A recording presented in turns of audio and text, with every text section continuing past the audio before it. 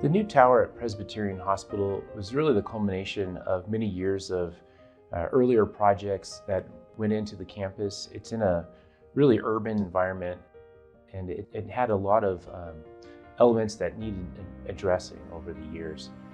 Clearing the slate, basically creating that blank area for us to build the new tower, was absolutely a unique aspect to this project.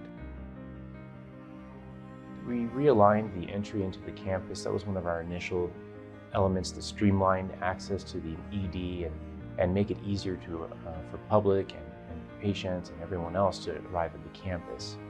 We also increased the parking on the site. The parking had always been a little bit difficult down there because of its urban environment. So we had to really add parking in order to support the new tower. After that, we had some infrastructure elements that needed to be addressed in order to create the blank space we were going to need for the new tower.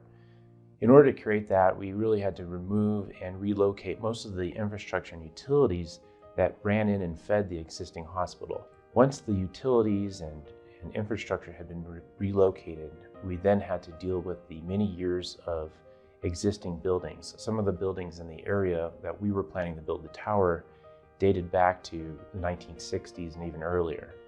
So careful coordination and consideration had to be thought through on the entire process of removing those buildings and creating the new footprint and creating that space for us to build the new tower.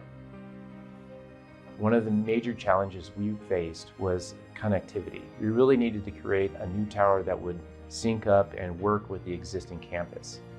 The original tower, B and C towers that are at campus currently, have a 12-foot floor-to-floor height. And the new tower in a modern healthcare facility typically would have something more like a 15-foot floor-to-floor. And that's because of all the technology that really goes into healthcare facilities these days. Ultimately, the design that we landed with was a 12-foot floor-to-floor height. And what that allowed us to do is create a pedestrian bridge that aligns with the existing tower.